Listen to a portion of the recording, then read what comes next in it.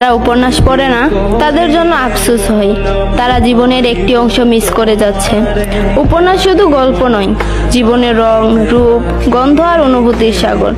তুমি যদি উপন্যাস না পড়ো তাহলে তুমি জানবে না জীবনের আসল রূপটা কেমন, মানুষের মনের গভীরে কি লুকিয়ে আছে।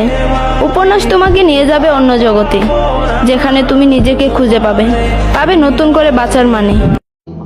যারা উপন্যাস পড়ে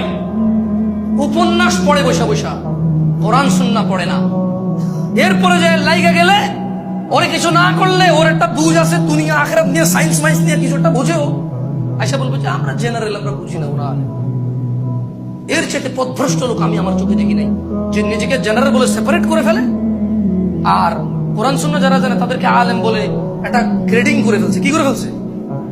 আমরা জেনারেল ধর্ম আমরা বুঝি, এক হুজুরে একটা কোনটা ধর ভাই, তারা তাদের মধ্যে আমি আমার। আরে